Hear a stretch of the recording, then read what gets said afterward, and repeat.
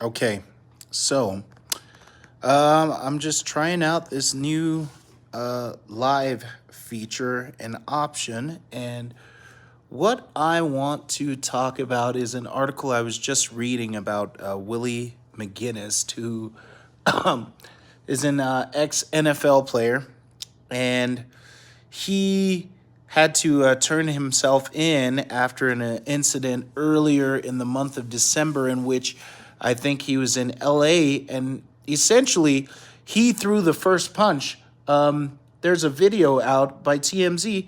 He went out, threw the first punch, beat up this guy along with his crew of people or bodyguards who started viciously just, giving the person left hook after left hook to the liver.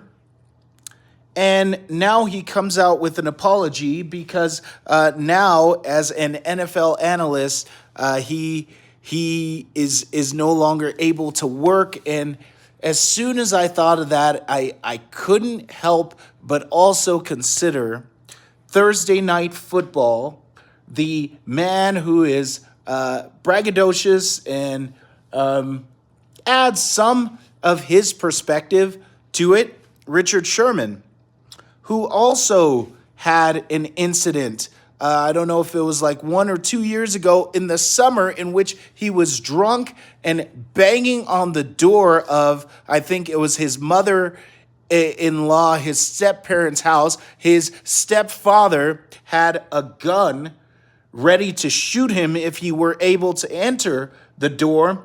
They have the whole incident on the Ring camera. He's extremely violent and extremely threatening during that, and yet, here he is. He's still able to work on the NFL Network. I'm sorry, on Thursday Night Football. I don't know what that's on. And then you have Aqib Talib with another incident in which he apparently started a fight at a youth football game that he sponsored, and the fight escalated to the point of his brother shooting and killing one of the coaches from another team. And so what do all these things have in common? It seems like there's a certain status that you can achieve in which you pretty much get away with whatever it is that you do. You can commit crimes and you get away with them, and you have your PR people that can come and help you, write the right apology and do all the things that make amends. And now pretty much everybody forgets the fact that you are that person. You're that person that did these things. And it's interesting that all of these are former NFL players, and then all these are also black men. And it makes me think of maybe what the plan and what the agenda is behind these people being able to get away with the crimes that they've committed. And I think that the agenda is very simple, is that you can only ascend to a certain level in the media space when you are compromised. So they like to seek out people who are compromised, people who have done something, people who are guilty of some sort of crime.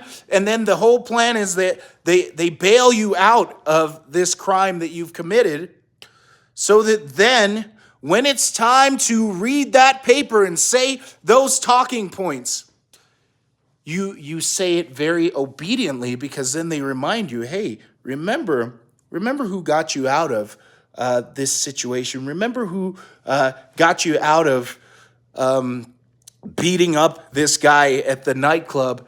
Remember who got you out of these things. And so this is how you groom and how you promote certain people and certain ideas, because you essentially have something over them, and how others who want to think independently are basically, even though they haven't done anything, are basically put on the back burner.